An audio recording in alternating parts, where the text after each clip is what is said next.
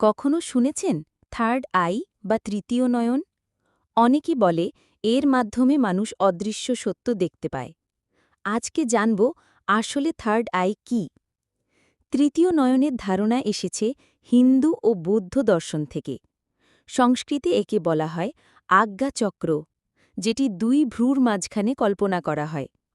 বিশ্বাস করা হয় এই চক্র খোলার মাধ্যমে মানুষ অতিলৌকিক জ্ঞান লাভ করে।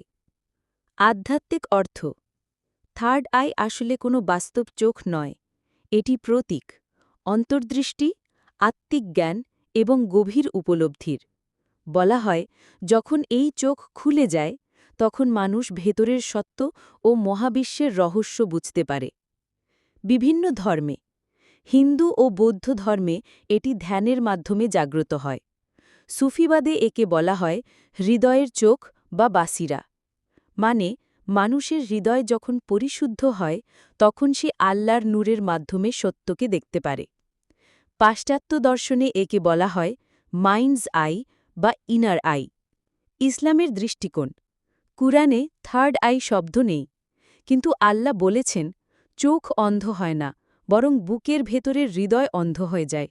সূরা হাজ ২২-৪৬। মানে সত্য উপলব্ধির জন্য শুধু বাইরের চোখ নয়, ভেতরের অন্তর্দৃষ্টি বা হৃদয় খোলা থাকতে হয়। তাহলে থার্ড আই আসলে কোনো জাদু নয়, এটি প্রতীক, ভেতরের চোখ যা সত্যকে দেখায়। একে আপনি চাইলে বলবেন ধ্যানের ফল, আবার চাইলে বলবেন আল্লাহর দেওয়া নূরের দৃষ্টি।